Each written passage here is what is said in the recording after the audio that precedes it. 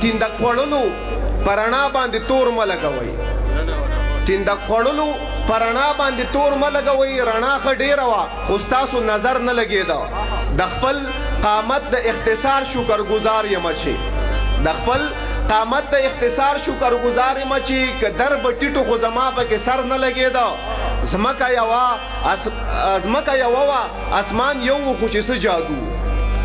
ځمکه یوه وه اسمان یو و خو چې څه جادو چا سوری نه مونده په چا پکې نور نه لګېده شاهین صاحب دا مختصر شانی نظم دی چې د پښتون نن دی د بودا په تار کې وپیرلو د پښتون نن دی د بودا په تار کې وپیرلو تیاره تاریخ دی د رڼا په تار کې وپیرلو دا بې ترتیبه زمانې چا په لړۍ کې کړلي دغه خواهش چې داسې چا په تار کې وپیرلو د قام څیره دې د قام خلکو ته څرګنده کړله بلا د وهم دې د دواړو خپو نه ځوړنده کړله سپینه رڼا دې د تیارې په وجود وشیندله توره بلا دې د رڼا ډبي کې بنده کړله زمونږ د ژوند د پیکوګانو د ارټو ګوا د مندرونو د سټوپو د مرګټو ګوا د ورشوګانو د ځنګل او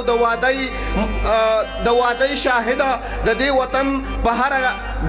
هره ونه هره ګټه ګوا د قام شریدلی څازرګیلا وړی ریشه بابا د خپل دانش دولت په دواړه لاسه ویشه بابا ستره زیرکه دانشوره خبرلوڅه بابا زما اتل زما لارښود زما